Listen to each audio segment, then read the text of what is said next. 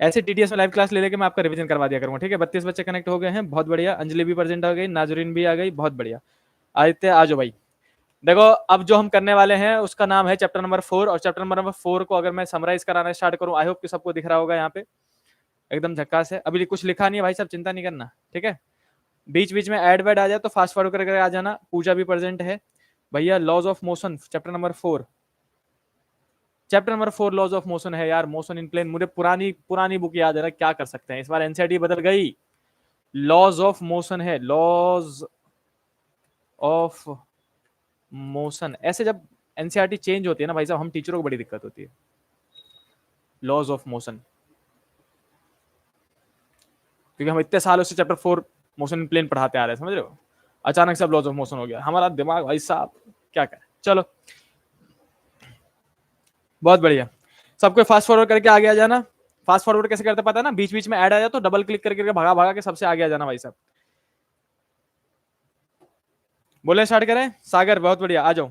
Thank you Aditya Mishra. देखो भाई, अगर इस चैप्टर की मैं बात करूं, टॉपिक्स की मैं बात कर रहा हूं चैप्टर नंबर 4 की, तो देखो चैप्टर नंबर 4 में जो टॉपिक्स इंपॉर्टेंट है, सबसे ज्यादा इंपॉर्टेंट, वैसे तो मैं लिखने को सारे टॉपिक लिख दे रहा हूं आपका, ताकि आपको रिवीजन होते चले। सबसे पहला टॉपिक अपने पास फोर्स के बारे में आप जैसे ही पढ़ लेते हो चैप्टर नंबर 4 में, उसके बाद मैं आपको पढ़ाऊंगा डायरेक्टली न्यूटन साहब पे। बीच में जो एरिस्टोटल साहब और गैलीलियो साहब है उनको पढ़ना उतना ज्यादा जरूरी नहीं है, न्यूटन लॉ को पढ़ना बहुत जरूरी है। वन शॉट करने जा रहे हैं ना भाई साहब, तो मेन चीजें तो करेंगे, और जो इंपॉर्टेंट है फालतू की बकवास ना करेंगे भाई साहब। देखो तो सबसे पहले फोर्स, फिर न्यूटन लॉ ऑफ मोशन आता है, न्यूटन में ही सारे लॉ आ जाते हैं। फिर लीनियर मोमेंटम आता है, कंजर्वेशन ऑफ लीनियर मोमेंटम है ना, वो भी इस टॉपिक में इंपॉर्टेंट है, conservation of linear momentum. Conservation of linear momentum करने के बाद आप पढ़ोगे चौथा टॉपिक जो कि है friction. Friction main important topic में से एक, मोस्ट ऑफ द क्वेश्चन इसी बनेंगे और डेरिवेशन यहाँ से आएगा ही आएगा। पांचवा टॉपिक की अगर मैं बात करूं सुरुचि, तो पांचवा टॉपिक आता है अपने पास इस केस में banking of road. Banking of road, अगर bank circular road, circular reading exactly है ना, बैंकिंग ऑफ रोड। अब मैं कहूं बैंकिंग ऑफ रोड, तो ये 5 टॉपिक आपको इस चैप्टर के रटे होने चाहिए। अगर इस चैप्टर के ये 5 टॉपिक आपको रटे हुए हैं, इसका मतलब आप मोस्ट ऑफ द पार्ट इस चैप्टर के सॉल्व कर लोगे। आपको क्या क्या अंदाजा होना चाहिए कि फोर्स क्या होता है, फोर्स क्या करता है, न्यूटन के कितने लॉ थे, कौन सा लॉ क्या कहता था, उसमें किस में डेरिवेशन था, किसको रियल लॉ कहते हैं, किस पे किस टाइप के न्यूमेरिकल बनते हैं, इस टाइप के। फिर लीनियर मोमेंटम क्या होता है, उसका कंजर्वेशन कैसे प्रूव करते हैं, कंजर्वेशन ऑफ लीनियर मोमेंटम आ रखा है बहुत बार। फिर फ्रिक्शन में कितने सारे टॉपिक्स थे, और उसके बाद बैंकिंग ऑफ रोड या फिर बैंक सर्कुलर रोड क्या होता है वो पता होना चाहिए। तो मैं एक एक करके सारे एक्सप्लेन करूंगा, बस ध्यान से मस्त सुनते रहने का, मस्त पूरा चैप्टर आपका रिवीजन हो जाएगा। देखो भाई साहब, और मेरी आवाज क्लियर है सबको, तो बताते रहना, बीच में कोई दिक्कत हो तो बता देना। देखो भाई, सबसे पहले मैं बात कर रहा हूँ फोर्स की। आदित्य किसकी बात कर रहे हैं हम, फोर्स की बात कर रहे हैं। फोर्स क्या होता है, it is an action of push और पुल। सबको पता है एक्शन है ये जो हम करते हैं भाई साहब, मूवी वाला एक्शन है। एक्शन ऑफ किसके फॉर्म में हो सकता है ये, पुश के फॉर्म में, या फिर पुल के फॉर्म में, खींचने के फॉर्म में, या धक्का मारने के फॉर्म में, जिसकी वजह से 3 चीजें होती है। नाजरीन याद है 3 चीजें, मेगा कौन कौन सी चीजें हो सकती है। बॉडी का स्टेट चेंज हो सकता है, स्टेट चेंज होना मतलब अगर वो रेस्ट में है तो मोशन में आ सकता है, और मोशन में है तो रेस्ट में आ सकता है। दूसरा डायरेक्शन चेंज हो सकता है, किसी भी ऑब्जेक्ट पे फोर्स लगा हो तो उसका डायरेक्शन चेंज हो सकता है। और तीसरा क्या था उसका, शेप एंड साइज चेंज हो सकता है, शेप एंड साइज। ठीक है, ये सारी चीजें बेसिक है, मैं बिल्कुल आराम आराम से सब कुछ पढ़ाऊंगा, चिंता नहीं करने का, 1 घंटे में सब कवर हो जाएगा। और इसी के बाद में अगर इसके और बेसिक्स का चीजें उठाऊं, तो जैसे कि मैं एग्जांपल के लिए मैं कहूं ऐसा यूनिट्स, तो सबको पता है कि फोर्स का जो ऐसा यूनिट होता है वो न्यूटन होता है, राइट। और हम लिखते हैं जो सीजीएस यूनिट होता है, सेंटीमीटर ग्राम सेकंड यूनिट जो होता है हमारे पास, वो डाइन होता है, डाइन। और 1 न्यूटन में कितने डाइन होते हैं, डाइन है ये, डायन नहीं है, डाइन है।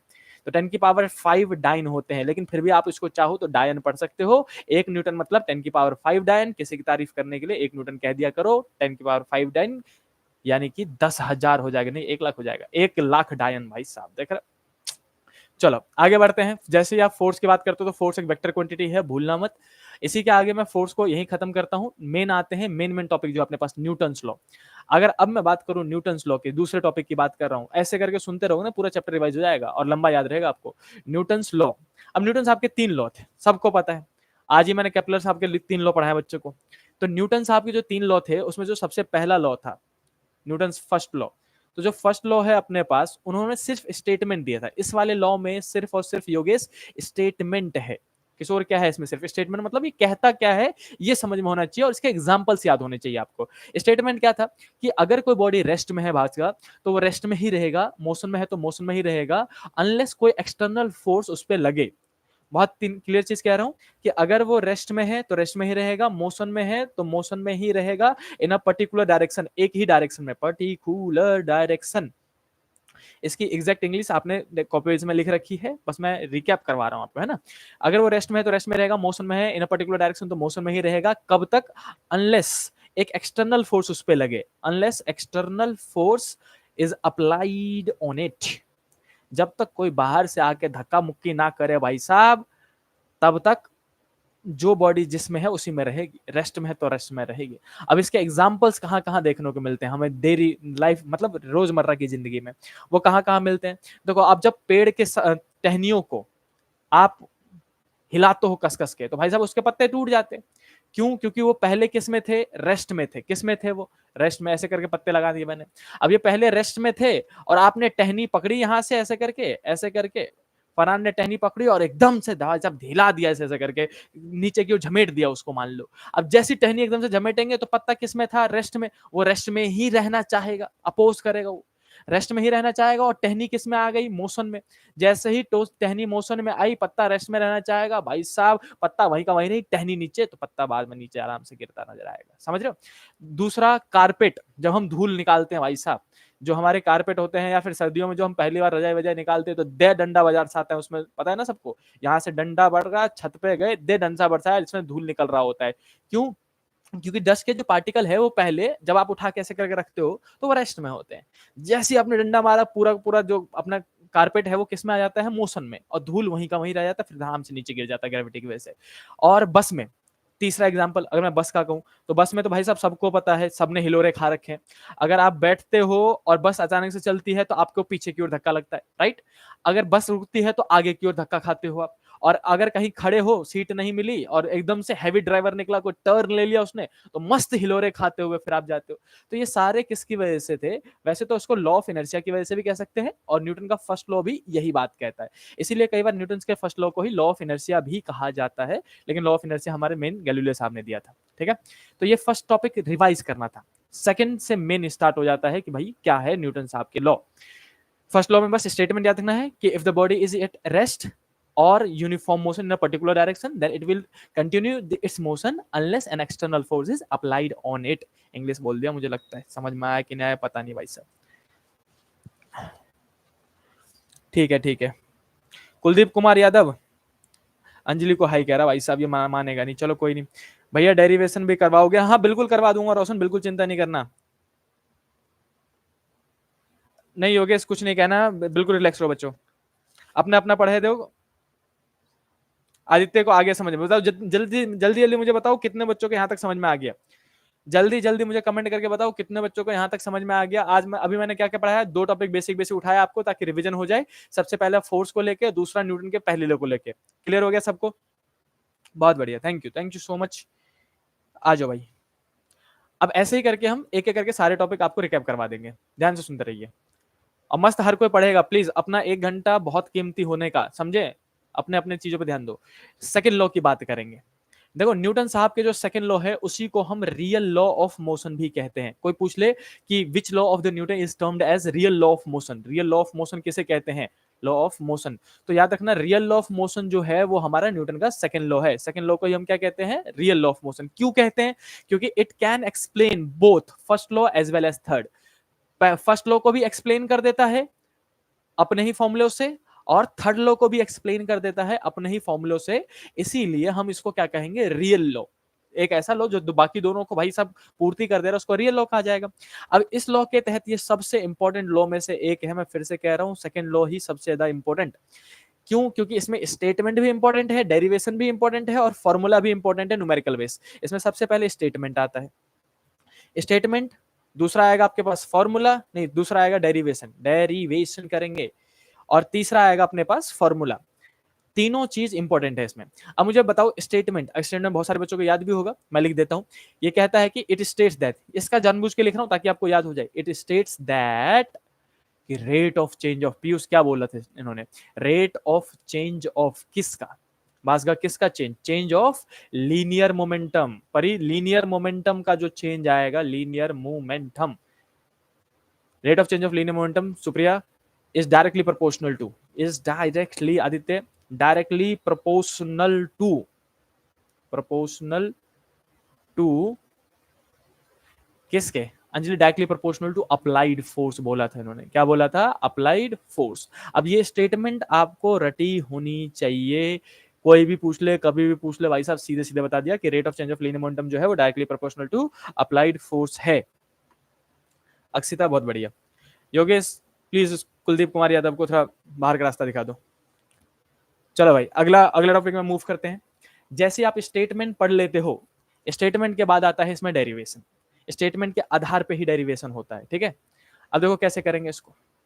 हम कहते हैं कि डेरिवेशन कैसे करेंगे, सबको पता है स्टेटमेंट के तौर पे ही। It states that rate of change of linear momentum is directly proportional to applied force. यानी कि रेट का मतलब मैंने आपको बताया था, याद है किसी को?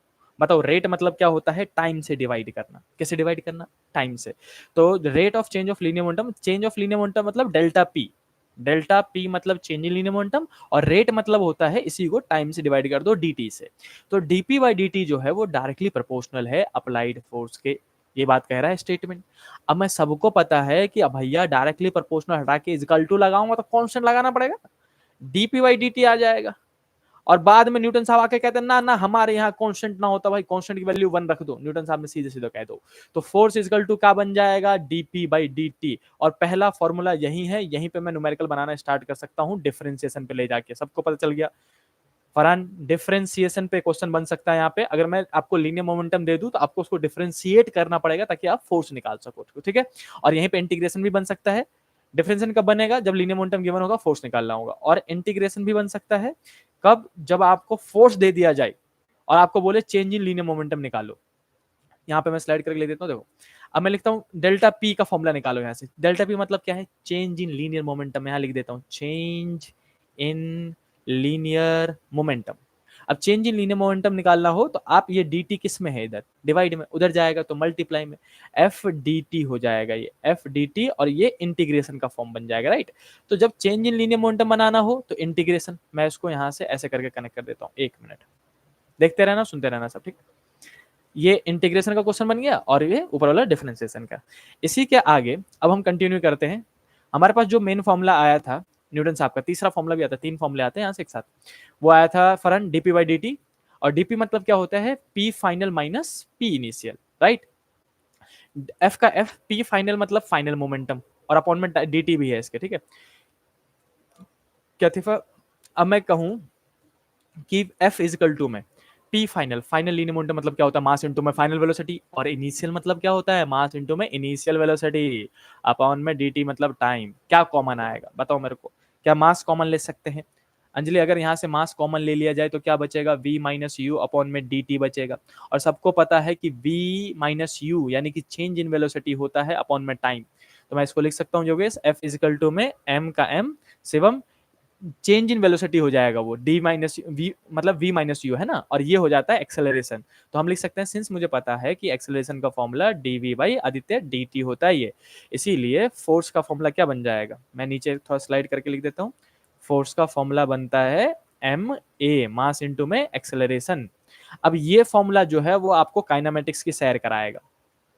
काइनेमेटिक्स मतलब वही 3 फॉर्मूले, v equal to u plus a t, s equal to u t plus half a t square. बोल लेना भाई साहब, ये फॉर्मूले मन में बोल।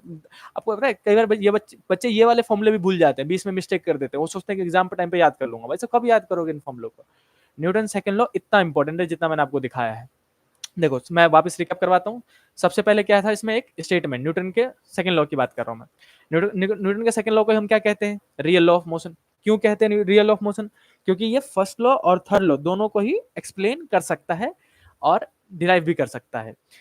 इसके बाद जैसे आपको ये पहली बात पता चल गई, उसके बाद न्यूटन साहब के जो मेन स्टेटमेंट थी, न्यूटन सेकंड लॉ कहता क्या है? तो वो कहता है rate of change of linear momentum जो था वो directly proportional to applied force था। मेरे साथ एक बार सबको कहेंगे प्लीज, बताओ क्या कहता है? कि rate of change of linear momentum is directly proportional to applied force. देखो चीटिंग मत करना भाई साहब, कोई चीटिंग नहीं करेगा, बोल लो एक बार।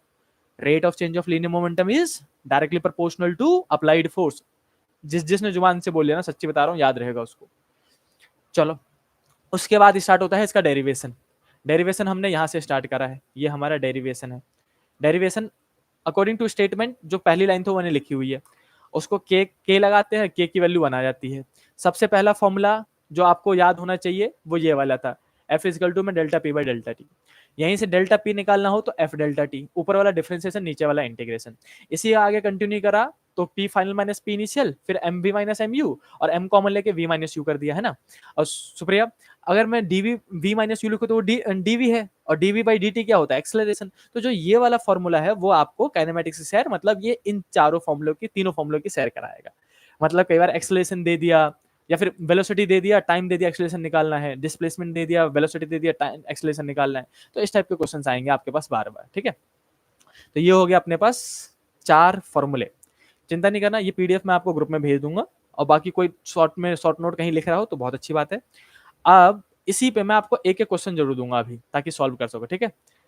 अब हम एक एक क्वेश्चन देंगे आपको, मैक्सिमम 2 क्वेश्चन दूंगा, जल्दी जल्दी करके दिखा देना, फिर हम आगे बढ़ जाएंगे। ज्यादा नहीं, सिर्फ 2 क्वेश्चन, एक क्वेश्चन डिफरेंशिएशन पे और एक क्वेश्चन काइनेमेटिक्स पे दे रहा हूं आपको।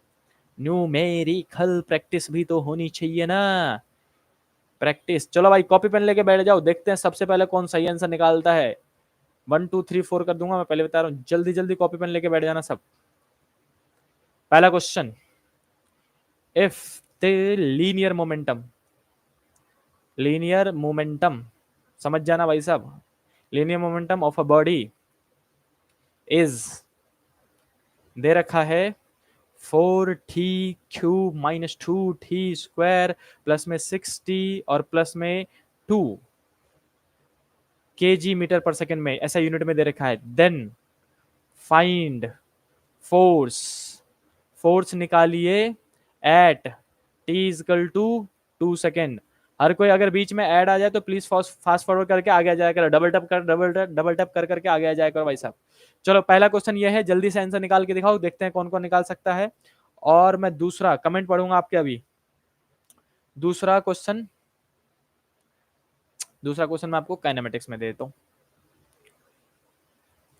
या फिर इंटीग्रेशन पे देता हूं। चलो काइनेमेटिक्स पे देता हूं। A body get displaced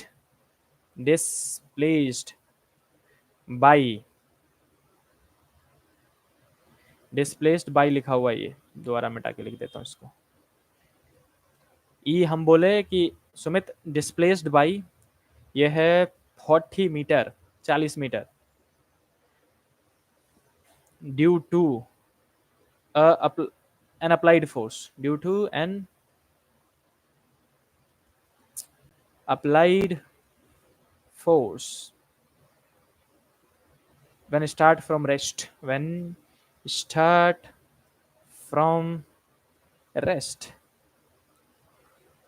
within 4 seconds, then find the applied force निकालिए।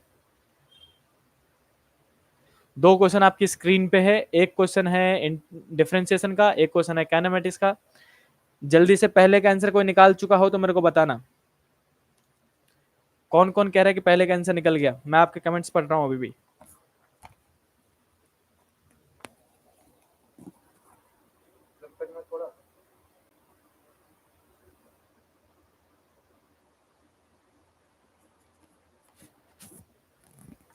भाई साहब एसी की आदत लग गई है, इस चक्कर में पसीने हो जाता है।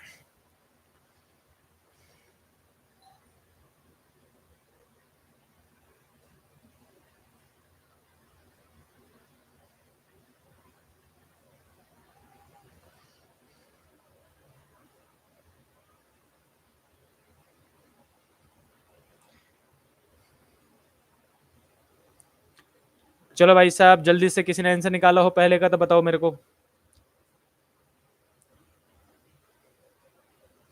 पहले का आंसर निकला किसी का, क्या बात है भाई साहब। चलो लेट मी चेक किसका सबसे पहले निकला। ओ तेरी, सबसे पहले नाजरीन ने 46 बोला है,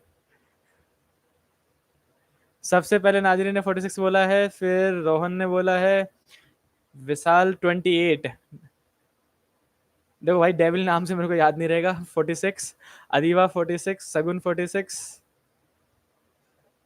माई टीम पार्ट लव कौन है ये 1.46, सर फर्स्ट का 46 है, पीयूष का भी 46 आ गया, दिबा का भी 46, आदित्य का 28 आ रहा है, शिवम का आ रहा है 46, हर्ष का आ रहा है 46, एनिमा वर्ल्ड 46, कैतिफा 46, द गेम ले क्या क्या नाम से आता है 46 जूल।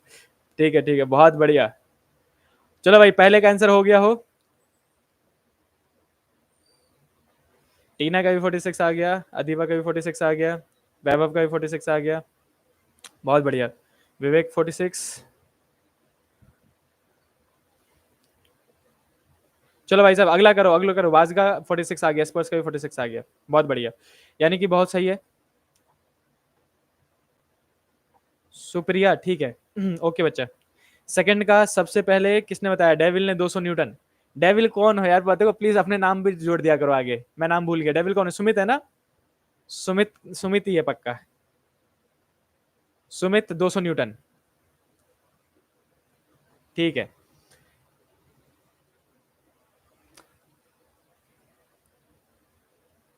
सेकंड नहीं आ रहा, दिव्या का सेकंड नहीं आ रहा। आदित्य मिश्रा, लूसीफर होगा है? लूसीफर नहीं है भाई साहब, सुमित है 46। पहले में नाजरीन जीत गई, और नाजरीन दूसरा कहाँ हो भाई? नाजरीन कहाँ हो? पहले में जीत के खुशी मना रही है देखो। सुमित पहला जीत गया लगता है, 200 न्यूटन आ रहा है। चलो मैं दोनों सॉल्व कर देता हूँ जल्दी जल्दी, ताकि आपको आंसर पता चल जाए। आंसर्स की बात करेंगे, दूसरा निकालो भाई। ठीक है, सुमित जीत गया भाई साहब। आदित्य आंसर निकालो बच्चा। देखो अगर मैं निकालूं फोर्स, तो फोर्स का फॉर्मूला सबको पता है, डीपी बाई डी होता है। और मैं फोर्स लीनियर मोमेंटम दे रखा है, इसको डायरेक्टली डिफरेंशिएट कर रहा हूँ। तो फोर्स जो आएगा वो आएगा डिफरेंशिएट करके 12t² माइनस में 4t। सबको पता है ना, पावर आगे बुलाते हैं, पावर में से एक घटाते हैं, वैसे डिफरेंशिएट करना है। एक मिनट बस, पावर आगे बुला दो, पावर में से एक घटा दो, ये वाला काम करना है। तो 4 और ये प्लस में 6 हो जाएगा। तो ये हमारा फोर्स निकल गया, उसमें टाइम की वैल्यू पुट कर दो तो 12, और टी की वैल्यू 2 दे रखे, तो 2 का स्क्वायर 4 हो जाएगा, माइनस का 4 और टाइम की जगह में 2 प्लस में 6।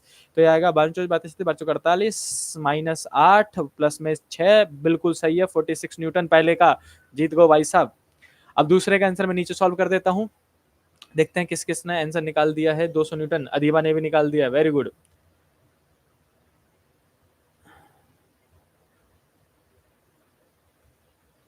कर लो, यही खेल लो आप लोग।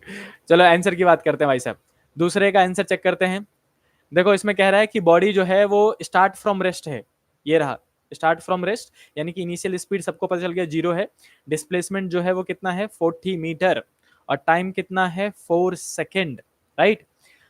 और कुछ दे रखा है इसमें? नहीं दे रखा। और कह रहे हैं कि बताओ अप्लाइड फोर्स कितना होगा, फोर्स फाइंड करो। देखो मुझे पता है कि फोर्स का फॉर्मूला जो होता है वो कितना होता है बाजगा, मास इंटू में एक्सेलरेशन।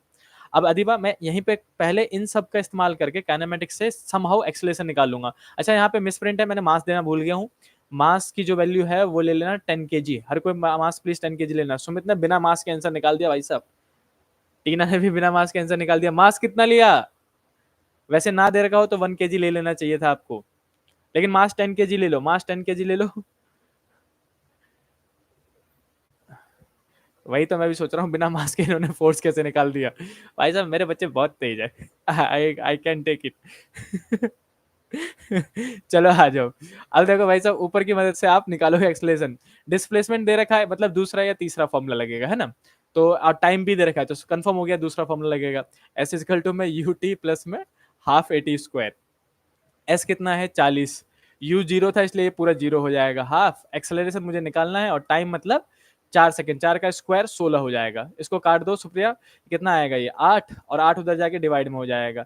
तो 40/8 इजकल टू में एक्सेलरेशन, और एक्सेलरेशन आएगा 8×5 = 40, 5 मीटर पर सेकंड स्क्वायर। एक्सेलरेशन आया, फिर मास से मल्टीप्लाई करके फोर्स निकाल दो। फोर्स इजकल टू मास 10 दिया मैंने, एक्सेलरेशन है 5, आंसर आएगा 50 न्यूटन। Basic calculation. किसी ने 50 निकाल दिया था, किसने किसने निकाल दिया? बहुत बढ़िया। सगुन ने पहले 50 निकाल दिया, वैभव ने 50 निकाल दिया, ओते ही एनिमे वर्ल्ड ने 50, रोहन ने भी 50। पहले ही जानते थे कि मार्क्स 10 लूंगा।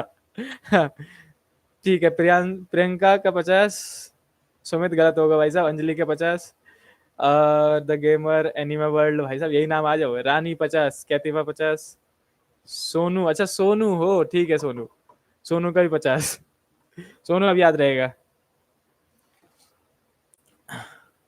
HRM मंडल 50, ठीक है ठीक है ठीक है। नाजरीन का भी 50 आ गया,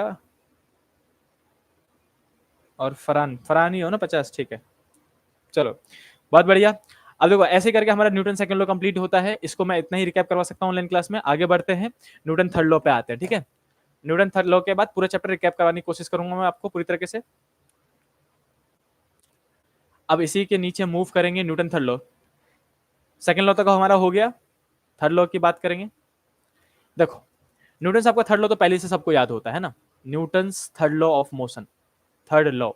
यहाँ पे ऐसे लिख देता हूँ, न्यूटन साहब को जो थर्ड लॉ है वो सबको बचपन से याद हुआ था। 9th क्लास में सबसे पहला लॉ यही याद हुआ था।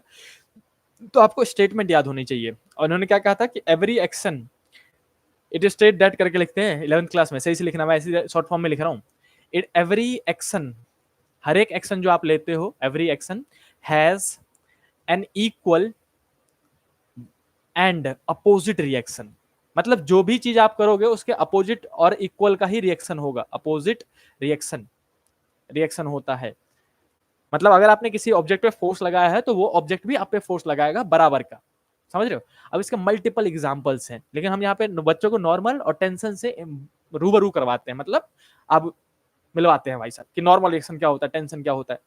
लेकिन उससे पहले मैं एक छोटा सा फॉर्मूला जो बहुत सारे बुक में प्रिंट होता है वो बता देता हूँ। एंड देखो कैसे करेंगे कि मान लो दो बॉडीज है। कितने बॉडीज है? दो बॉडीज। M1 ने M2 को धक्का मारा आगे की तरफ। M2 को कह रहा है चलना भाई, जल्दी जल्दी चल। और M2 कह रहा है पागल है कि पीछे की ओर धक्का मार दी। जब M1 M2 कोलाइड कर रहे हैं तो M1 ने आगे धक्का मारा और M2 ने पीछे धक्का मारा। तो यहाँ पे जो फोर्स लगा उसको क्या बोलोगे? जो फोर्स M2 पे लगा उसको कहा जाएगा F21। मतलब force on two due to one. दूसरे पे लगा, पहले ने लगाया। और ऐसे ही फिर पहले ने भी, मतलब दूसरे ने भी पहले को धक्का मारा पीछे की तरफ, तो उसको हम कहेंगे F12। बस इसका मतलब क्या है? F force on one due to two. अब ये दोनों फोर्स असलियत में बराबर होते हैं। F12 जो है वो बराबर है F12 के। अगर M1 ने इसको 10 न्यूटन से धक्का मारा है आदित्य, तो ये इसको सुरुचि वापस 10 न्यूटन से ही धक्का मार सकता है। अब यहीं पे लक्ष्य क्या बोलूंगा मैं कि चलो ऐसे लिखा है तो ये बिल्कुल सही है, राइट। लेकिन अगर मैं इसमें वेक्टर लगा दूं, क्या लगा दूं? वेक्टर, तो आपको कंपलसरी माइनस साइन लगाना पड़ेगा, क्योंकि माइनस यहाँ पे डायरेक्शन दर्शा रहा भाई साहब। देखो ये सिर्फ मैग्नीट्यूड लिखा गया है। मैग्नीट्यूड लिख रहे हो तो भाई साहब सिंपल सी बात है, दोनों 10-10 न्यूटन थे। लेकिन वेक्टर लगा दिया तो आपको माइनस साइन लगाना पड़ेगा। ये एमसीक्यू में फंसाते हैं। जब आप नीट और जेईई एमसीक्यू करोगे तो कई बार एक दो क्वेश्चन ना, बच्चों वाले क्वेश्चन ना फंसा देते हैं ऐसा करके। बच्चा कंफ्यूज हो जाता है, बताओ बेसिक्स क्लियर नहीं होते तो। अब न्यूटन थर्ड लॉ में बस इतना ही था। एक्शन पता होना चाहिए आपको, इसके फॉर्मूले पता होने चाहिए यही वाले। अब उसके बाद हम नॉर्मल रिएक्शन और उसकी बात करेंगे, ठीक है।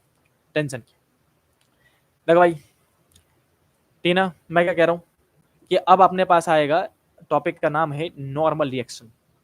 कि बताओ भाई नॉर्मल रिएक्शन किसे कहते हैं? नॉर्मल रिएक्शन को कुछ बुकों ने एन से डिनोट कर रखा है, कैपिटल एन लिख देता हूं मैं यहाँ पे, और कुछ बुकों ने आर से डिनोट कर रखा है। तो आप किसी से भी कर सकते हो। मैं यहाँ से नॉर्मल रिएक्शन को एन से डिनोट करने जा रहा हूँ। एन से नॉर्मल, एन से रिएक्शन। अब सुमित, अक्षिता, हम क्या कर लेंगे बच्चा, एग्जाम्पल समझाता हूँ मैं आपको। आप सबको याद आ ही गया होगा कि अगर का मान लो कोई बंदा है जो कि जमीन पे नॉर्मली स्टैंड कर रहा है, खड़ा खड़ा है ऐसे करके। जब ये कोई बंदा जमीन पे ऐसे करके खड़ा होता है तो सिंपल सी बात है, ये जमीन को नीचे की तरफ धक्का मार रहा होता है just because of its mass, that is mg, right. अब इस पर्सन ने जमीन को नीचे धक्का मारा तो जमीन छोड़ देगा क्या? नहीं भाई, कोई नहीं छोड़ता। सब मतलब ही अपने अपने में। तो अगर आपने जमीन को नीचे धक्का मारा तो जमीन भी आपको ऊपर की ओर धक्का मारेगा। एंड द धक्का अप्लाइड बाय द जमीन on the object is called normal reaction. उसी फोर्स को नॉर्मल रिएक्शन कहते हैं। जो फोर्स जमीन लगाता है उसको क्या कहते हैं? नॉर्मल रिएक्शन कहते हैं, समझे। और नॉर्मल रिएक्शन को एन से डिनोट करते हैं। प्रियंका, काय से डिनोट करते हैं? एन से। अब एन का आप देखो सिंपल सी बात है। अब हम जब जमीन पे खड़े होते हैं तो ऊपर नीचे थोड़ा ना जाता है, ऐसा ना जमीन में धसे चले जा रहे, धसे चले जा रहे, या फिर जमीन ने धक्का मार के ऊपर उछाल दिया, ऐसा कुछ तो होता ही नहीं है। इसका मतलब है कि exact equal and opposite forces लग रहे हैं अगर कोई मोशन नहीं हो रहा तो। मतलब यहाँ पे जो नॉर्मल रिएक्शन है एन, जो जमीन ने मुझे धक्का लगाया, वो एग्जैक्ट बराबर होगा मेरे वेट के, mg के। mg मतलब वेट होता है, याद रखना, ठीक है। लेकिन नॉर्मल रिएक्शन में आपको दो चीजें डिस्क्लेमर देता हूं। पहला, कौन लगाता है सुमित? कौन लगाता है ये? Applied by Priyanshu, surface, surface लगाता है ये। सरफेस ऑन किस पे? ऑब्जेक्ट पे, ठीक है। और नाजरीन दूसरा पॉइंट जो इसमें याद रखने वाली बात है सुप्रिया, वो कौन सी बात है? वो बोलेंगे भास्कर कि ये हमेशा परपेंडिकुलर होता है। Tina, always it is always perpendicular to the surface, surface से 90 डिग्री पे जा रहा होता है। फरहान, इसका मतलब क्या है कि मान लो इस सरफेस को मैंने ऐसे करके तिरछा कर दिया, स्लांट ऐसे करके, तो अब जो बंदा खड़ा है वो ऐसे करके तिरछे में ही खड़ा होगा ऐसे करके, और नीचे में mg लगेगा ही लगेगा, mg लग गया नीचे की तरफ, है ना। और पर mg तो नीचे की तरफ लगा, लेकिन नॉर्मल रिएक्शन किधर लगेगा, नॉर्मल रिएक्शन लगेगा ये जो सरफेस है ना आपका, ये जो ये व्हाइट था, अब मैं इसको पीला कर रहा हूँ, ये जो सरफेस है इसके जस्ट 90 डिग्री पे तिरछे में, इससे 90 डिग्री बनाएगा, सरफेस से 90 डिग्री ऐसा करके, समझ गए। तो नॉर्मल रिएक्शन हमेशा परपेंडिकुलर होता है सरफेस के, ये पॉइंट याद रखना है आपको। ये हो गया।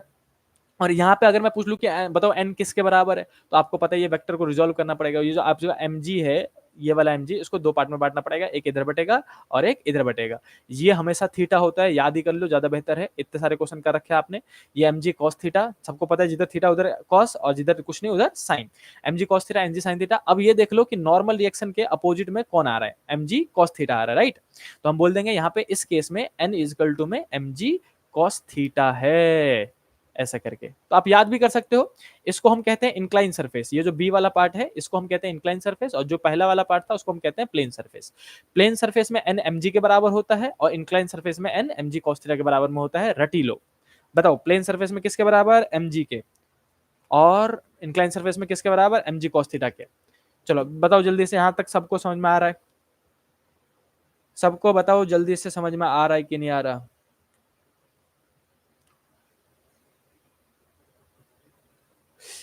पीयूष, जैसे कि इसमें मास का मिस्टेक था, अगर मास नहीं दे रखा होता बच्चा तो हम 1 kg मान के चलते हैं, वहां पे आप लेट कर लेना कि let mass is equal to 1 kg and answer निकाल देना, ठीक है। बहुत बढ़िया, सबको समझ में आ रहा है, सुरुचि को भी समझ में आ रहा है, स्पर्श को भी समझ में आ रहा है, बहुत बढ़िया। और सोनू देखो भाई, आ जाओ, कहते को समझ में आया, बहुत बढ़िया, थैंक यू सो मच। सगुन, अब मैं क्या कह रहा हूँ बच्चा कि इसी के आगे जैसे नॉर्मल रिएक्शन खत्म होता है, हम उस इंट्रोड्यूस करते हैं एक और फोर्स जिसका नाम है टेंशन। टेंशन के बाद हम पढ़ेंगे conservation of linear momentum, main topic करेंगे भाई साहब। और जो मैं यहाँ करवा रहा हूँ उसको सब कुछ इंपॉर्टेंट मान के चलना, ठीक है। और क्वेश्चन प्रैक्टिस तो देखो करनी पड़ेगी, क्वेश्चन प्रैक्टिस जितने तगड़े तगड़े आप कर सको करो, और हो सका मैं तो लाइव क्लास में बहुत अच्छे अच्छे क्वेश्चन लेके आऊंगा, लेकिन कहीं ऐसा ना हो कि अच्छे अच्छे क्वेश्चन लेके आऊं तो बच्चे बोर हो जाए क्योंकि उनके बेसिक खराब होते हैं। टेंशन क्या होता है, टेंशन रीस्टोरिंग फोर्स होता है, समझ रहे हो। रीस्टोरिंग फोर्स कहाँ लगता है Yogesh, restoring force applied, Shivam applied by rope, rope लगाता है और स्ट्रिंग मतलब धागा, या तो रोप लगा रहा होगा या फिर रस्सी लगा रहा होगा, तो जो रिस्टोरिंग फोर्स रस्सी और धागे में लगता है उसको हम टेंशन कहते हैं, और ज्यादातर कई बार रॉड में भी देखा जाता है ये।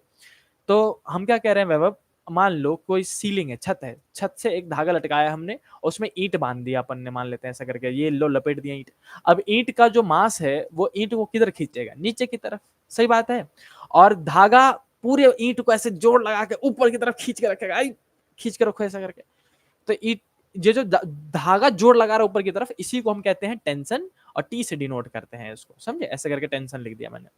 और सिंस सब कुछ बैलेंस हो रखा है, इसीलिए हम कहेंगे यहाँ पे कि जो टेंशन है वो बराबर है mg के। क्लियर हो गया।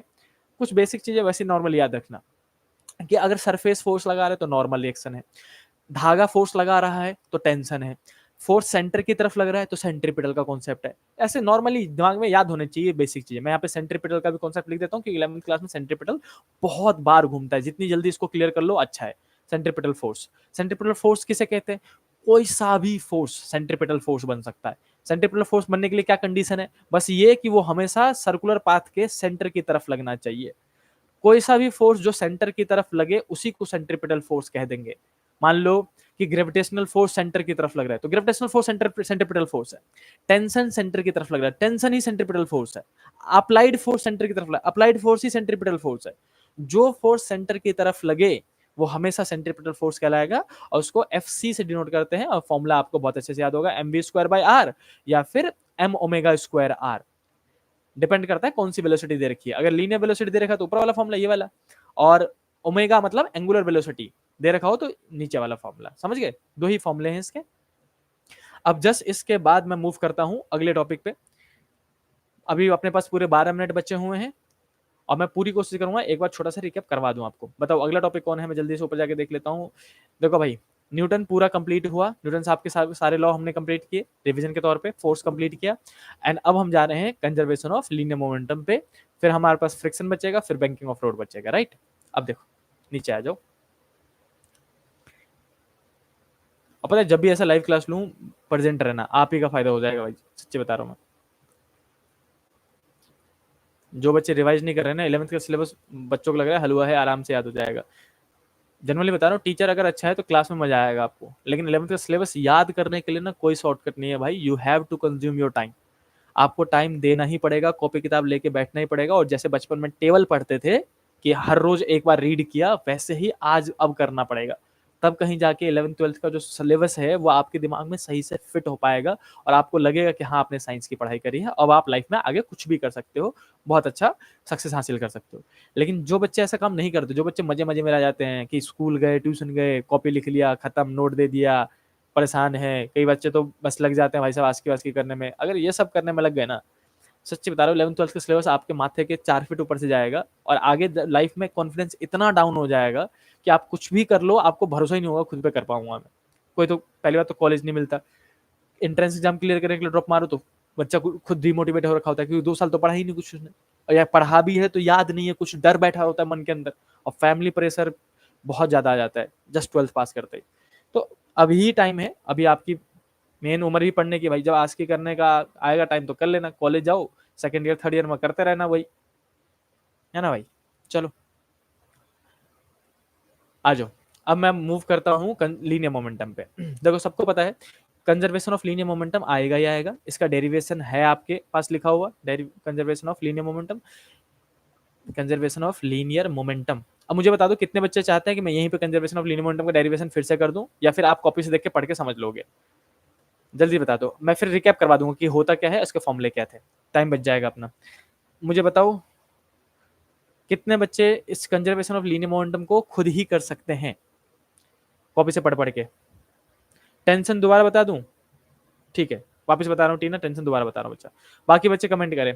बच्चा टेंशन जो है टीना, एक रीस्टोरिंग फोर्स होता है जो धागा लगाता है। जब भी आप धागे को खींचोगे तो धागा भी आपको खींच रहा होता है ना। जैसे मान लो कि ये हमारा पेन, वो है पेन है, और इस पेन को मैंने क्या किया, इस धागे से लटका दिया, तो ये पेन धागे को किधर खींचेगा, नीचे की तरफ, और धागा पेन को किधर खींचेगा, ऊपर की तरफ। जो धागा ने फोर्स लगाया, उस धागे, उस फोर्स को ही हम टेंशन कहते हैं। टेंशन फोर्स ही है। टेंशन क्या है, फोर्स है, याद रखना फोर्स है। इसकी ऐसा यूनिट भी क्या होती है टेंशन की, अगर टेंशन लिखते भी है ना कहीं पे, तो ऐसे लिखते हैं 40 न्यूटन का टेंशन, 60 न्यूटन का टेंशन, फोर्स लिखते हैं इसको। ये कौन लगाता है, धागा। और यहाँ पे इस केस में वो किसके बराबर है, mg के, क्योंकि mg नीचे लग रहा है, धागा ऊपर लग रहा है, ठीक है। ठीक है, नाजरीन कह रही है रहने दो, notes for 9th to 10th class कह रहे हैं करवा दो।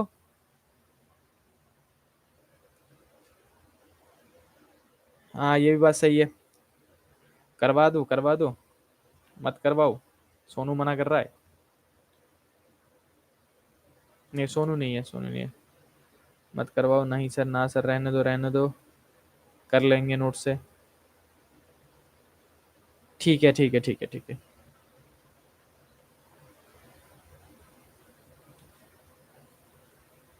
ठीक है, मेजोरिटी बच्चों का है, रहने दो। तो प्लीज बाकी बच्चे एक बार कॉपी से रिवाइज करने की कोशिश करना। नहीं आएगा मैं, कोई दिक्कत नहीं है, मैं हर टीटीएस में लाइव आऊंगा, बता देना, मैं करवा दूंगा। नहीं तो ऑफलाइन आप मेरे से मिलते ही हो, और जब भी आप मेरे को ऑफलाइन मिलो आप मेरे को बता देना, मैं आपको अलग से करवा दूंगा, ठीक है। अभी 3 नंबर का क्वेश्चन आता है, वो सिंपल सी बात है, तो उसको ध्यान से देख लेना, वरना ये बात तो सच्ची है कि अगर गलती से आ गया 3 नंबर में तो दिक्कत होगी। लेकिन मैं उसके, हाँ, छोड़ूंगा नहीं इस टॉपिक को, इस टॉपिक को मेन डिटेल में करवा देता हूँ आपको कि किस किस टाइप के क्वेश्चन आते हैं, ठीक है। सुनो, कंजर्वेशन ऑफ लीनियर मोमेंटम, अगर कोई बोल दे पता है ये एक चीज, और ये चीज आपने क्लास में नहीं पढ़ी होगी, सुनो मेरी बात। स्पर्श अगर वो ऐसा कहते, सुनो, अगर कहते हैं कि स्टेट करो, state conservation of linear momentum, question आ गया, state conservation of linear momentum, statement लिखो कंजर्वेशन ऑफ लीनियर मोमेंटम की, तो आप इसमें क्या लिखोगे लीनियर मोमेंटम में। तो मैं बेस्ट आंसर बताता हूँ आपको, बेस्ट आंसर क्या लिखना चाहिए इसमें। तो जब भी ऐसा कोई है कि बताओ लीनियर मोमेंटम का कंजर्वेशन क्या कहता है, तो आप बोलोगे कि ये कहता है कि लीनियर मोमेंटम जो है वो कंजर्व रहता है। लीनियर मोमेंटम, मैं लिख भी देता हूं यहाँ पे, linear momentum is conserve means it can it can not change it will remain constant, it will remain constant, ये जितना है उतना ही रहेगा, चेंज नहीं होगा, unless an external force applied on it. ये लाइन जरूर लिख देना लास्ट में कि लीनियर मोमेंटम कंजर्व है कब तक, जब तक कोई बाहर से उस पर फोर्स ना लगाए। तो linear momentum is conserved means it will remain constant, it is not going to change at all unless an external force is applied on it। उसकी स्टेटमेंट ऐसे लिख सकते हैं, राइट। अब इसमें फॉर्मूला क्या था, अगर आप डेरिवेशन करे हो, डेरिवेशन के बाद जो फॉर्मूला याद है आपको, डेरिवेशन जो करते थे उसमें आता था कि दो बॉडी थे, एक m1 था u1 से जा रहा था, है ना, m2 था दूसरा u2 से जा रहा था, और इसी के अब मैं कहूँ u1 ग्रेटर है u2 से, तो पीछे वाली की स्पीड ज्यादा हुई, पीछे वाले जाकर ठोकर मार देगा भाई साहब, ठोकर मारने के बाद अलग होंगे और अलग होने के बाद वेलोसिटी अलग हो जाएगी। सिंपल सी बात है, कोई पीछे से आके आपको धक्का मारे तो आगे वाली की स्पीड बढ़ जाएगी और पीछे वाली की थोड़ी कम हो जाएगी। तो m1 की वेलोसिटी चेंज होके हो गई v1 और m2 की वेलोसिटी चेंज होके हो गई v2। अब मैं आपसे कहूं कि एक काम करो, इसमें कंजर्वेशन ऑफ लीनियर मोमेंटम लगा के मुझे फॉर्मूला बताओ। तो फॉर्मूला क्या था कि योगेश m1 u1 जो है प्लस करेंगे लक्स, तो m2 u2 और इजकल टू में आता था m1 v1 प्लस में m2 v2। सही बात है, ये हमारे पास फॉर्मूला आता था किसका, कंजर्वेशन ऑफ लीनियर मोमेंटम का। अब इसमें बहुत डिफरेंट डिफरेंट टाइप के क्वेश्चंस आ सकते हैं, बहुत डिफरेंट डिफरेंट टाइप के। मैं यहाँ पे लिखवा देता हूँ कौन कौन से टाइप। पहला तो recoil velocity of gun, gun का क्वेश्चन आता है। दूसरा बहुत फेमस क्वेश्चन कह सकते हैं, लेकिन ये सिर्फ नीट वीट का और जेईई का ही है, कि बॉम्ब फटने का क्वेश्चन आता है कि एक बॉम्ब था जो कि ब्लास्ट हुआ दो पार्ट्स में, तीन पार्ट्स में, तो बताओ एक की वेलोसिटी इतनी, दूसरी की वेलोसिटी इतनी, तीसरी की वेलोसिटी कितनी। तो ये गन, बॉम्ब, और जो बचपन में आपने 9th में पढ़ा था कि मैन और बोट का क्वेश्चन आता है कि मैन आगे जा रहे तो बोट कितने से पीछे जाएगा, मैन और बोट का क्वेश्चन, मैन एंड बोट का क्वेश्चन। तो ये सारे क्वेश्चन इसी के फॉर्म है, ठीक है। तो ये 3 क्वेश्चन मैं जनरली बताऊं, एसएल नाम की बुक है, आपने आप लोगों के पास होगी तो आप देख सकते हो। एसएल में बॉम्ब वाला क्वेश्चन है मेरे ख्याल से, गन वाला क्वेश्चन भी है, और मैन और बोर्ड का क्वेश्चन मेरे ख्याल से नहीं है, क्योंकि 9th में ही करवाया जाता है वो, और बेसिक सा फॉर्म लगाते हैं। तो इन तीनों क्वेश्चन में हम इनिशियल चीजें 0 मानते हैं। जैसे मान लो कि गन है, मैं एक छोटा सा एक्सप्लेनेशन दे देता हूँ आपको। ऐसे करके अपन ने गन बना दिया, ठीक है, ट्रिगर बना दिया यहाँ पे। अब मान लो कि यहाँ से बुलेट इसके अंदर है, ऐसा करके। अब जब बुलेट इसके अंदर है तो सब कुछ रेस्ट में है पहले, तो इनिशियल मोमेंटम हमेशा 0 हो जाएगा। तो ये जो पूरा टर्म है इधर वाला, ये पूरा 0 माना जाता है। और आप एक और नया फॉर्मूला बना सकते हो, कैसे, जैसे ही बुलेट इसके अंदर से निकलेगी ऐसे करके मान लो, तो बुलेट जाएगी आगे और गन जाएगी पीछे, समझे। तो अगर मैं बुलेट की वेलोसिटी v1 मानूं और गन की वेलोसिटी v2, तो v1 को पॉजिटिव मानूंगा तो v2 नेगेटिव हो जाएगा। तो आप इसी फॉर्मूले को इस्तेमाल करके आप यहाँ पे एक और नया फॉर्मूला बना सकते हो कि इनिशियल मोमेंटम जो था ये वाला हिस्सा, इसको 0 मान लिया करना, क्योंकि सब कुछ पहले 0 रेस्ट पे था। इक्वल टू में m1 v1 को प्लस माना तो m2 v2 को माइनस मानना पड़ेगा, क्योंकि अपोजिट डायरेक्शन में जा रहे हैं और वेलोसिटी सबको पता है वेक्टर क्वांटिटी है, राइट। तो इसके बाद आप एक और फॉर्मूला यहीं से बना सकते हो, जो इन तीनों न्यूमेरिकल में बार बार यूज होते हुए नजर आएंगे। इस माइनस वाले टर्म को, नाजरीन ये जो माइनस वाला टर्म है बच्चा, इसको इधर ले आओ तो ये प्लस में हो जाएगा, यानी कि m1 v1 इक्वल टू में लिख सकता हूं मैं डायरेक्टली m2 v2। तो एक ये फॉर्मूला और पीयूष एक ये वाला फॉर्मूला, ये दो फॉर्मूले बार बार यूज होते हुए नजर आते हैं कंजर्वेशन ऑफ लीनियर मोमेंटम में। अभी के लिए इतना ही करेंगे कंजर्वेशन ऑफ लीनियर मोमेंटम में ना, बाकी 2 टॉपिक रिकैप करना रह जाएगा, फिर कुछ चैप्टर में छूटना नहीं चाहिए, ज्यादा बेहतर रहेगा। एक बार अगर हम बैठे हैं तो पूरा चैप्टर रिवाइज करके ही बैठेंगे, ठीक है, आपका फायदा होना चाहिए, बस इतना ही।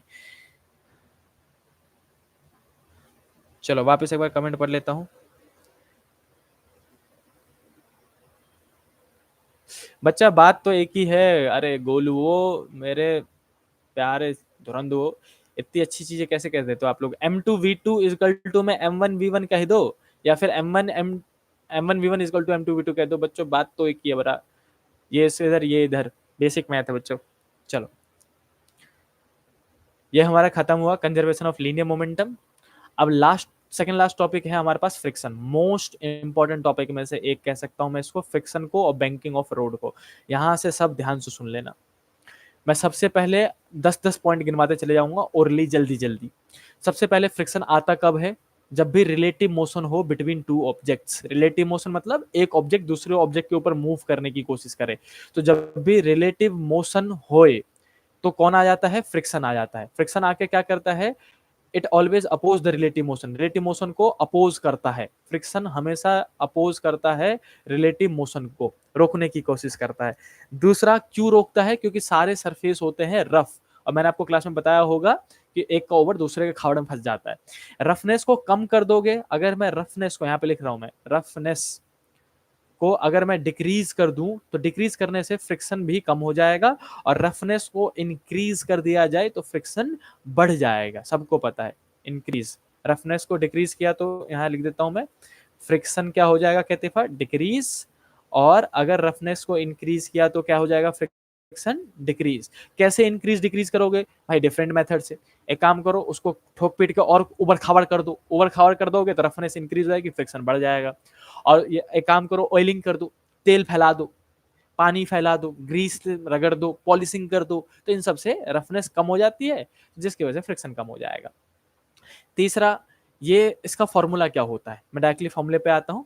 तो इसका फॉर्मूला मैंने आपको दो बताया होगा, मेन फॉर्मूला तो इसका ये एक ही है कि जब भी कोई ऑब्जेक्ट, मैं यहाँ पे एक सरफेस बना रहा हूँ, योगेश सुन रहे हो मेरी बात बच्चा? हम कह रहे हैं अक्षिता कि मान लो यहाँ पे कोई ऑब्जेक्ट है ऐसे करके, ठीक है, और ऑब्जेक्ट पे अगर आपने इसको आगे की तरफ मूव करने की कोशिश करी, मोशन आगे की तरफ करने की कोशिश करी, तो फ्रिक्शनल फोर्स हमेशा पीछे की तरफ लगेगा। फ्रिक्शनल फोर्स किधर लगेगा? पीछे। और जो फ्रिक्शनल फोर्स लग रहा है उसको हम स्मॉल एफ से डिनोट करते हैं। इस स्मॉल एफ का फॉर्मूला आता है म्यू एन। अब मैं एन क्या होता है ये बताता हूँ। देखो, एक तो एम जी नीचे लगेगा, सबको पता है, और जो सरफेस ने धक्का लगाया उसको क्या कहेंगे? Normal reaction, right.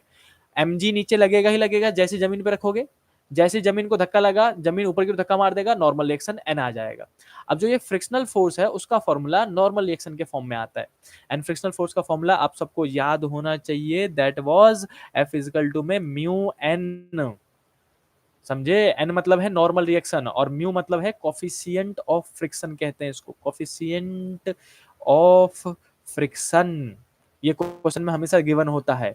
और एन मतलब कहा है नॉर्मल रिएक्शन है, एन मतलब नॉर्मल रिएक्शन है। और मैं आपको एक दो फॉर्मूले और बता देता हूँ, खत्म, सुलट जाएगा। मेन फॉर्मूला यही है, याद रखना। दूसरा फॉर्मूला, अगर मैं कहूं कि पीयूष प्लेन सरफेस है, प्लेन सरफेस यहां लिख देता हूं बच्चा, अगर प्लेन सरफेस है तो सबको पता है इस केस में N equal to m g होता है। मैं यहाँ पे बना भी देता हूँ आपके लिए छोटा सा डायग्राम, रुक जाओ 1 मिनट, मस्त सुनते रहना, आपका चैप्टर पूरा पूरा रिकैप हो जाएगा भाई साहब। मान लो प्लेन सरफेस है, प्लेन सरफेस मतलब सीधे सपाट, सीधी जमीन, हॉरिजॉन्टल। अब इस केस में एम जी जो होता है नीचे वाला, वो हमेशा एन के बराबर होता है ऊपर वाले के, तो हम कहेंगे एन एम जी के बराबर है। और फ्रिक्शनल फोर्स जो था उसका मेन फॉर्मूला क्या था? Mu N. अब एन को हटा के मैं आदित्य एमजी नहीं लिख सकता हूं ऊपर से, तो एन को हटा के एमजी लिख दिया। तो ये तीन चीजें आप प्लेन सरफेस आते ही दिमाग में आ जानी चाहिए आपके। वहीं पे अगर मैं प्लेन सरफेस की जगह में कहूं कि ना ना इंक्लाइन सरफेस है हमारे पास, दूसरा पार्ट यहाँ पे लिख देता हूं मैं, इंक्लाइंड मतलब थोड़ा सा उठा हुआ है, इंक्लाइन सरफेस, चढ़ा ढलान है, ढलान, इंक्लाइन सरफेस। तो अगर इंक्लाइन सरफेस आ जाए कहीं पे, तो हम बोलेंगे कि मान लो ऐसे करके डायग्राम भी बना देता हूं मैं आपके लिए, ये हमारा बॉडी है। तो बॉडी अगर ऐसा करके रखा हुआ है तो एम जी याद रखना जस्ट नीचे लगता है हमेशा। मेगा एम जी किधर लगता है? नीचे की तरफ। और नॉर्मल रिएक्शन सरफेस से 90 डिग्री, मैंने अभी बताया था आपको, तो ऐसे करके 30 से 90 डिग्री पे लगेगा एन। तो इस केस में आपको पता है, मैंने अभी बताया था जस्ट ऊपर कि एम जी कॉस थीटा आएगा इधर, ये थीटा बनता है, और इधर वाला एम जी साइन थीटा, है ना। अब देखो, अगर कोई और फोर्स नहीं लग रहा है तो एम जी साइन थीटा नीचे खींचेगा तो फ्रिक्शनल फोर्स ऊपर लगेगा। बॉडी किधर स्लाइड करना चाहता है? नीचे, तो फ्रिक्शनल फोर्स हमेशा अपोज करता है, किधर लगेगा? ऊपर। और ये जो फ्रिक्शनल फोर्स है वो किसके बराबर होगा? तो मैं पहले लिखूंगा नॉर्मल रिएक्शन में, normal reaction mg cos theta के बराबर होता है इंक्लाइन सरफेस में, मैंने आपको कहा था, याद कर लेना, n is equal to mg cos theta. और फ्रिक्शनल फोर्स का फॉर्मूला मेन तो वही म्यू एन है, लेकिन आप यहां से म्यू का म्यू और n को हटा के mg cos थीटा लिख सकते हो। ये तीनों चीजें याद आ जानी चाहिए, कब? जब इंक्लाइन सरफेस। सुनो, अब यही इतना ही मैक्सिमम है, फॉर्मूले घूम फिर के इतने पे ही आने हैं मैक्सिमम। और एक वो बड़ा वाला फोर्स माइनस छोटा वाला force equal to net force equal to m a वाला, इतने पे ही सारे न्यूमेरिकल सॉल्व होते हैं, समझ रहे हो, जब भी मोशन आ जाए तो। चलो अब आगे मूव करते हैं। जैसे आपने ये प्लेन सरफेस इंक्लाइन सरफेस पढ़ लिया फ्रिक्शन में ही, तो फ्रिक्शन में ही दो चीजें और थी, मैं आपको याद दिलाता हूं। दो एंगल थे, याद आ रहा है किसी को? एंगल थे दो, कौन कौन बता सकता है? नाम बताओ, कितने टाइप के एंगल बताए थे मैंने फ्रिक्शन में आपको? दो फ्रिक्शन बताए थे। देखते हैं कौन सबसे पहले लिखता है। पहले का नाम क्या था बताओ मेरे को। फ्रिक्शन जब भी आप पढ़ते हो तो फ्रिक्शन में जो एंगल आता है, दो एंगल आता है, दोनों के डेरिवेशन करवाए गए होंगे आपको। नाम ही याद नहीं हो रहा लगी सर भाई साहब, ना सुधरे होंगे। रिपोज, रानी ने आंसर दे दिया और कैतिफा ने भी एंगल ऑफ फ्रिक्शन दे दिया। भाई साहब कैतिफा और रानी जीत को, वेरी गुड, बिल्कुल सही बताया बच्चों ने। एक तो होता है एंगल ऑफ फ्रिक्शन, बहुत बढ़िया, आप सबने आंसर दिया है। कैलाश ने भी आंसर दिया, बहुत बढ़िया। रोहन सगुन ने भी आंसर दिया है। अविनाश है, ठीक है। खुशी, ठीक है, ठीक है, बहुत बढ़िया, वेरी गुड। ठीक है, नाजरीन ने भी बोल दिया, ठीक है। आ जाओ। अब पहला होता है बच्चों एंगल ऑफ फ्रिक्शन और दूसरा होता है एंगल ऑफ रिपोज। ये दोनों एंगल भी आपको पता होने चाहिए। एग्जाम में, बोर्ड के एग्जाम में एक दो बार पूछ लिया गया है ये भी। फ्रिक्शन से और कुछ नहीं पूछा, एंगल उठा के पूछ लिया भाई साहब। असलियत में दोनों को ही थीटा से डिनोट करते हैं और दोनों का ही फॉर्मूला सेम है और डेरिवेशन भी ऑलमोस्ट सेम ही आता है, लेकिन बस डेफिनेशन अलग अलग है। एंगल ऑफ फ्रिक्शन किसे कहते हैं, तो मैं दोनों का फॉर्मूला बताऊं। दोनों में केस में टेन थीटा इजकल टू में आप जब डिराइव करते हो तो म्यू आता है। म्यू मतलब कोफिशिएंट ऑफ फ्रिक्शन, और थीटा निकालना हो तो सबको पता है टेन को उधर भेज दूंगा, टेन इनवर्स म्यू बन जाएगा। यही फॉर्मूला सेम कॉपी पेस्ट यहाँ ये वाला जो फॉर्मूला है वो इसमें भी है। टेन थीटा इजकल टू, इसका भी फॉर्मूला म्यू ही आता है एग्जैक्ट, और थीटा इजकल टू नाजरीन टेन इनवर्स म्यू आ जाता है। सही बात है, यही फॉर्मूला हमारे पास लक्ष्य दोनों साइड आता है। लेकिन सुमित होता क्या है, किसे सोनू किसे कहते हैं angle of friction. Angle of friction कहते हैं हम ऐसे करके, एक एग्जांपल के थ्रू समझाऊंगा मैं आपको। मान लो हमारे पास हॉरिजॉन्टल सरफेस था, हॉरिजॉन्टल सरफेस पे हमने एक बॉडी रख दो, बॉडी रखा, बॉडी चाहती है मूव करना आगे की तरफ, तो फ्रिक्शनल फोर्स लगेगा पीछे की तरफ। फ्रिक्शनल फोर्स लग गया पीछे, बॉडी पे सरफेस ऊपर की ओर धक्का मारेगा जिसको हम नॉर्मल रिएक्शन कहते हैं, सबको पता है। अब एक फोर्स है लेफ्ट की तरफ, ये रहा रानी, दूसरा फोर्स है ऊपर की तरफ, ये रहा। इन दोनों का रिजल्टेंट कहाँ आएगा, तो वेक्टर आप सबने पढ़ा है, सबको पता है, रिजल्टेंट आएगा, रेड कलर से लिखूंगा मैं रिजल्टेंट को, रिजल्टेंट आएगा बीच में ऐसे करके, है ना, कहीं पे बीच में ऐसे करके आएगा। ये हमारा हो गया रिजल्टेंट, यानी कि एफ और एन का सम जोड़ने पे। अब जो एंगल दिखा रहा हूं मैं आपको, एंगल कौन सा एंगल है बच्चा, रिजल्टेंट और नॉर्मल रिएक्शन के बीच में ये वाला एंगल, ये वाला एंगल, इसी वाले एंगल थीटा को एंगल ऑफ फ्रिक्शन कहते हैं, ऐसे करके। अब इसका डेफिनेशन मैंने बहुत अच्छा आपको लिखवाया था, एक बार मैं ओरली बता देता हूं, किसी को लिखना हो तो लिख लेना कि एंगल ऑफ फ्रिक्शन किसे कहते हैं। It is the angle between, किस किस के बीच में, नॉर्मल रिएक्शन एंड रिजल्टेंट। और बाद में ये भी बताना होता है कि रिजल्टेंट किसका है, नॉर्मल रिएक्शन और फ्रिक्शन का। ठीक है, मैं रिपीट करता हूं, देखो हम बोलेंगे it is the angle between normal reaction and resultant of normal reaction and friction. समझे, resultant of normal reaction and friction वो भी जोड़ना होता है। तो अगर किसी को लिखना हो तो लिख लेना बच्चों। इसके बाद angle of response repose, angle of repose क्या होता है, तो इसमें मैं डायग्राम के थ्रू समझाता हूं। ये वो एंगल है जिस पे मान लो ऐसा करके कोई सरफेस था, अब इसके ऊपर मैंने बॉडी रखा और इसको, इस वाले प्लेन सरफेस, इंक्लाइन सरफेस को, इस वाले को जो इसको मैं डार्क करने की कोशिश कर रहा हूं, इसको हम ऊपर नीचे मूव करा रहे हैं ऐसे करके। तो ये एंगल किसके बीच में, इंक्लाइन सरफेस और हॉरिजॉन्टल लाइन, ये वाला एंगल मैं जिसको पीले से थीटा लिखूंगा नाजरीन, ये वाला एंगल। तो ये वाला एंगल जो है परी, वो वाला, ये जो परी है एंगल जो है थीटा, ये वाला एंगल किसके बीच में, incline surface and horizontal line. देख रहे हो मेरा हाथ, इंक्लाइन सरफेस और हॉरिजॉन्टल लाइन। जिस केस में ऑब्जेक्ट जो इंक्लाइन सरफेस पे रखा है वो मूव करने लग जाए, जस्ट बिगिंस टू स्लाइड, वो मैक्सिमम एंगल योगेश जहां पे इंक्लाइन सरफेस पे रखा हुआ ऑब्जेक्ट स्लाइड करना स्टार्ट कर दे, उसी एंगल को एंगल ऑफ रिपोज कहते हैं। रिपोज मतलब कब तक वो रोक पाया, समझे। तो एंगल ऑफ रिपोज को डिफाइन करने के लिए हम कहते हैं, इंग्लिश में डिक्टेट कर रहा हूं, किसी को लिखना हो तो लिख लेना। और बाकी बच्चों हम क्या बोलेंगे, देखो it is the angle between inclined surface and horizontal line at which the object placed on inclined surface just begins to slide। ये पूरी डेफिनेशन है इसकी, और डेरिवेशन मैंने आप सबको करवा रखा है, नोट्स मैं ग्रुप में भेज दूंगा, वापस किसी को चाहिए हो तो लिख देना। ये हो गया एंगल ऑफ फ्रिक्शन।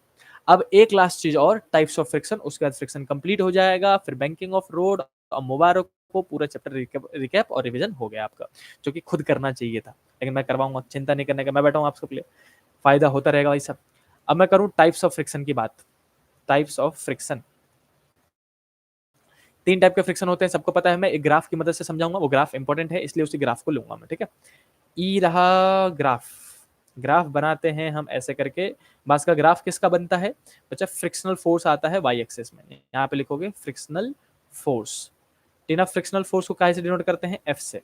और सुरुचि यहाँ पे लिखेंगे बच्चा applied force, applied force capital F. समझ गए। जो ग्राफ बनाते हैं वो कैसे बनाते हैं, पहले जीरो से स्टार्ट करा और मस्त स्ट्रेट लाइन खींचते हैं, पहले तो मैक्सिमम तक लेके जाते हैं, फिर थोड़ा सा नीचे लाते हैं और फिर सपाट सीधा कर देते हैं ऐसा करके। ठीक है, ये हमारा फ्रिक्शन का ग्राफ बनता है। फ्रिक्शनल फोर्स तीन टाइप का होता है। पहले का नाम स्टैटिक फ्रिक्शन, मैंने आपको करवा रखा है, स्टैटिक फ्रिक्शन आपने पढ़ा भी होगा पहले का नाम। दूसरे का नाम लिमिटिंग फ्रिक्शन। कोई कॉपी खोल के तो नहीं बैठा भाई साहब कि सब कुछ बता, सब कुछ पढ़ रहा हूँ। कॉपी खोल के बैठ सकते हो, कोई दिक्कत नहीं है, रिवीजन हो जाएगा आपका एक्स्ट्रा। कोई कॉपी खोल के बैठा है तो भी बढ़िया है, अच्छी बात है। और तीसरे का नाम है काइनेटिक फ्रिक्शन, काइनेटिक फ्रिक्शन। तो तीन टाइप के फ्रिक्शन होते हैं, सबसे पहला स्टैटिक, दूसरा लिमिटिंग और तीसरा काइनेटिक। स्टैटिक फ्रिक्शन किसे कहते हैं, जब तक बॉडी रेस्ट में है तब तक जो फ्रिक्शनल फोर्स लग रही है वो स्टैटिक कहलाएगी, राइट। मैक्सिमम स्टैटिक फ्रिक्शन को ही लिमिटिंग फ्रिक्शन कहते हैं, यानी कि एफ एल से लिखते हैं लिमिटिंग को, ये होता है maximum static. F S static समझ जाना, स्टैटिक को एफ एस और लिमिटिंग को एफ एल और काइनेटिक को एफ के। ठीक है, ये हमारे फ्रिक्शनल फोर्सेस। इनके फॉर्मूले भी बहुत इजी इजी है, सबका फॉर्मूला म्यू एन ही है, म्यू एस एन लग जाता है बस, coefficient of static friction. Limiting के केस में कभी नहीं आता वैसे तो, लेकिन मैं फिर भी म्यू एल एन लिख सकते हैं इसको, मतलब वही है म्यू एन वाला फॉर्मूला है ना। और म्यू के को क्या लिखोगे, एफ के को म्यू के इंटू में एन नॉर्मल रिएक्शन। तो ये फॉर्मूले सेम ही है, mu N mu N mu N ही है, बस म्यू चेंज हो जाता है। और क्वेश्चन में हमेशा गिवन होता है तो म्यू उठा के सीधे सीधे डाल देना आपको। अब मेन में समझाना क्या चाह रहा था बच्चा इस ग्राफ से, कि जो स्टार्टिंग में स्ट्रेट लाइन है वो स्टैटिक फ्रिक्शन को रिप्रेजेंट कर रहा है, ये स्टैटिक फ्रिक्शन है सबसे पहले वाला। जहां पे स्टैटिक फ्रिक्शन मैक्सिमम हो गया है इस जगह पे, पीले वाला पॉइंट पे, ये इस एग्जैक्ट ये सिंगल पॉइंट लिमिटिंग फ्रिक्शन कहलाता है, लिमिटिंग फ्रिक्शन। एंड उसके बाद जो ये सपाट हो गया है ऐसे करके सीधा सीधा बस, ये वाला पूरा का पूरा जो है यहां से यहां तक वो काइनेटिक फ्रिक्शन है, काइनेटिक फ्रिक्शन। ठीक, तो ये तीन, ये ग्राफ भी बनाना आना चाहिए आपको, कई बार ग्राफ भी पूछा जा सकता है। अब मुझे बताओ रोलिंग फ्रिक्शन, रोलिंग फ्रिक्शन भी है लेकिन वो करवाया नहीं गया होगा, और इस बार के सिलेबस में रोलिंग फ्रिक्शन है कि नहीं ये मैंने देखा नहीं बच्चा। रोलिंग फ्रिक्शन तो बच्चा नाजरीन अलग है, म्यू एन अपॉन में आर आ जाता है, उसमें रेडियस भी आ जाता है। अभी मैं जो जो कॉपी में लिखवा चुका हूँ उसको रिवाइज करवाता हूँ, फिर रोलिंग फ्रिक्शन करवा दूंगा। आ जाओ। तो सबको आई होप यहाँ तक में फ्रिक्शन समझ में आ गया होगा। अब जल्दी से एक बार टॉपिक देख लेते हैं और मुझे कमेंट करके बताओ कितने बच्चों को समझ में आया, कितने बच्चों को नहीं आया, जल्दी बताओ। सबको समझ में आ रहा है यहाँ तक, चैप्टर रिकैप हो रहा है कि नहीं हो रहा, जल्दी जल्दी बताओ पहले। मैं कमेंट पढ़ना स्टार्ट करूंगा अभी, 1 मिनट बस। भाई साहब 11 बज के 11 मिनट हुए, मुश्किल से 9 मिनट और लूंगा, बने रहना ठीक है।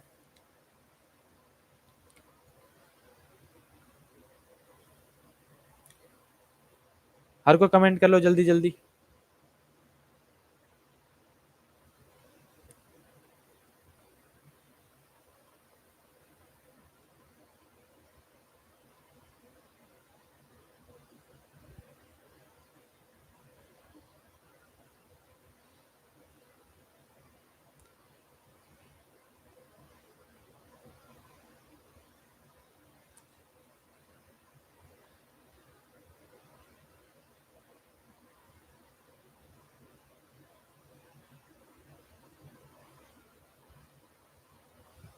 ठीक है,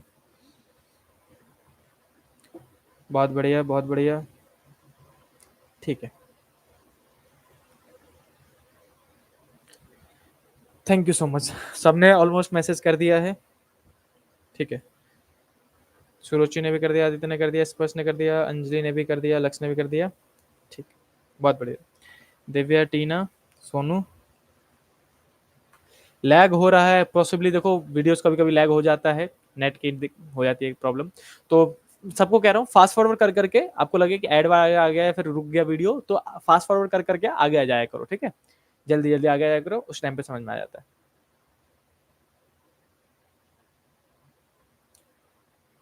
चलो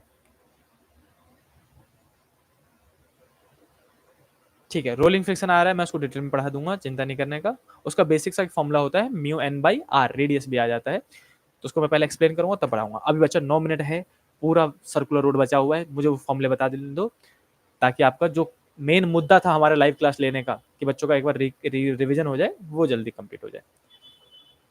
रोलिंग फ्रिक्शन सिर्फ एक फॉर्मूला है, मैं आपको समझा दूंगा, वो कोई दिक्कत नहीं है उसमें।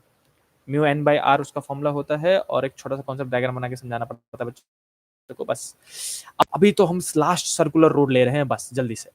सर्कुलर रोड इंपॉर्टेंट है, मैं फिर से कह रहा हूं, बैंक्ड सर्कुलर रोड नाजरीन रट लेना भाई साहब। बैंक्ड सर्कुलर रोड 3 नंबर का डेरिवेशन अगर देना चाहे टीचर तो सबसे पहले यहीं से उठा के देगा। Bank circular road, banked circular road C dot लगा देता हूं, और इसमें मैक्सिमम वेलोसिटी का फॉर्मूला तो मैं आपको लिख देता हूं यहीं पे, ताकि आपको रिकैप हो जाए। देखो, सर्कुलर रोड दो टाइप के होते हैं।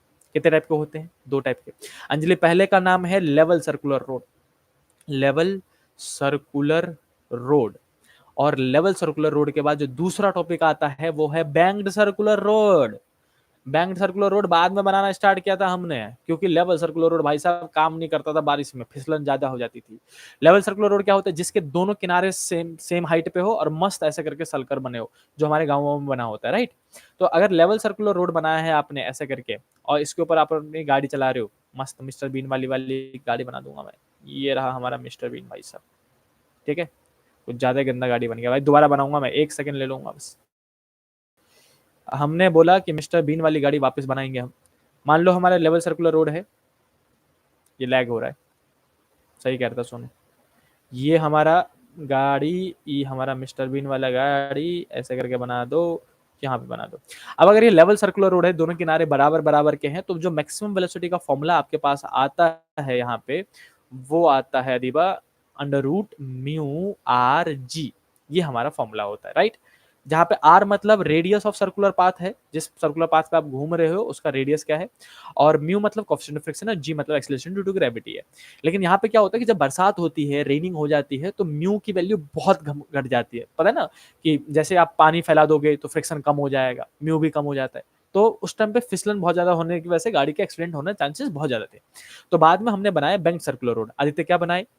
Bank circular road. अब बैंक सर्कुलर रोड में हमने क्या किया कि जो किनारे सपाट थे पहले, उसको थोड़ा उठा दिया। मान लो राइट साइड वाला किनारा थोड़ा सा ऊपर की ओर कर दिया, तो अब जो उस पर गाड़ी मूव करती है वो थोड़ा टिल्टेड होकर मूव करती है। और दिल्ली में अगर कहीं भी आपको बैंक सर्कुलर रोड देखने का मन हो तो किसी भी गोल चक्कर में चले जाओ, यहीं एम्स वाले गोल चक्कर पे चले जाना भाई साहब, मस्त आपको दिखेगा कि जो आपका लेफ्ट हैंड है वो थोड़ा सा उठा हुआ है, आपकी गाड़ी थोड़ी सी झुकी हुई है, ऐसे करके टिल्ट हो रखी होती है, लेफ्ट हैंड थोड़ा सा हमेशा उठा होता है। अब ऐसे करके इस इंक्लाइन सरफेस पे, थीटा एंगल पे इंक्लाइन हो रखा है, इस पे गाड़ी चल रही होती है तिरछे में, ऐसे करके थोड़ा सा। तो इस केस में जो मैक्सिमम वेलोसिटी का फॉर्मूला आप निकालते हो, दैट वाज, मैं पूरा फॉर्मूला लिख रहा हूँ यहाँ पे, बड़ा सा फॉर्मूला आता है, सबको पता है। और डेरिवेशन देखो आपको करना पड़ेगा भाई साहब, कॉपी खोल कर करना पड़ेगा। यहाँ पे म्यू की जगह में बस म्यू को हट के म्यू प्लस में टेन थीटा, मैं यहाँ पे पूरा लिख देता हूँ, पीयूष म्यू प्लस में टेन थीटा अपॉन में 1 माइनस म्यू टेन थीटा आता है ना स्पर्श। ये पूरा जो यहाँ पे देखो लेवल सर्कुलर रोड में आ जाओ, यहाँ पे जो म्यू था वो उसकी जगह में ये पूरे टर्म आता है, राइट। और यहाँ उसके बाद क्या था? आरजी, तो उसके बाद आरजी लगा दो। ये हमारा फॉर्मूला था बैंक्ड सर्कुलर रोड पे मैक्सिमम वेलोसिटी का। अब इसका फायदा क्या हुआ हमें? अगर हमने इसको बनाया भी, इसको मैं मिटा देता हूँ, हमने जो ये बैंक सर्कुलर रोड बनाया, इसका हमें क्या फायदा हुआ कि अगर बारिश हो भी गई, मैं मान लेता हूं in case of raining, rain हुआ, मैं यहाँ पे लिख देता हूं इन केस ऑफ रेनिंग, बारिश हुई, तो म्यू मैक्सिमम कितना कम हो जाएगा? जीरो हो जाएगा भाई, ज्यादा से ज्यादा क्या हो जाएगा? अगर म्यू जीरो ही हो लिया, बारिश बहुत ज्यादा हुई, बारिश बिल्कुल चिकना हो गया सरफेस, बिल्कुल कोई ऊपर खावर नहीं बचा, म्यू जीरो हो गया, तो अगर म्यू जीरो हो गया तो ये तो भाई साहब लेवल सर्कुलर रोड रो देगा, वेलोसिटी हो जाएगी जीरो इस केस में, लेवल सर्कुलर रोड में, है ना, इधर वाले में, क्योंकि म्यू जीरो सब कुछ जीरो, यानी कि मैक्सिमम वेलोसिटी कितनी है? जीरो, यानी कि कोई मूव ही मत करो भाई। लेकिन बैंक्ड सर्कुलर रोड है तो आप उस पर फिर भी मूव कर सकते हो। कैसे? देखो, अगर म्यू जीरो हो भी गया तो mu zero plus tan theta, तो यहाँ पे सब देख रहे हो ना, बैंक सर्कुलर रोड में बता रहा हूँ मैं, यहाँ पे इस जगह पे म्यू जीरो हो भी गया तो टेन थीटा बचेगा, नीचे में भी वन बचेगा म्यू जीरो होने की वजह से, तो वेलोसिटी जो आएगा वो तब भी कितना आएगा? Tan theta under root tan theta R g, tan theta फिर भी बच जाएगा, यानी कि कुछ ना कुछ वेलोसिटी से आप फिर भी सेफली वहां से मूव कर सकते हो। ये नहीं कि भाई साहब फिसलने के चांसेस, एक्सीडेंट के चांसेस बढ़ जाएंगे। तो इसलिए बैंक सर्कुलर रोड अच्छा था, और इसका डेरिवेशन भी आ सकता है एग्जाम में, नहीं तो न्यूमेरिकल आ सकता है, इसलिए फॉर्मूला रटा होना चाहिए। अब इतना ही आज के लिए, बहुत ज़्यादा टाइम हो चुका है, 18 हो चुके हैं ऑलरेडी। आई होप कि आपको सब कुछ एक बार रिवाइज़ हो गया होगा। अब बताओ मज़ा आया? इसी बहाने देखो 1 से 1 घंटा 10 से 15 मिनट लगा और आपका पूरा एक चैप्टर मैंने बोल-बोल के रिकैप करवा के रिवाइज़ कर दिया। ठीक है? चलो भाई साहब, आज के लिए इतना ही। पुशिंग और पुलिंग का केस भी आ रहा है, चलो ये भी ठीक है बात है।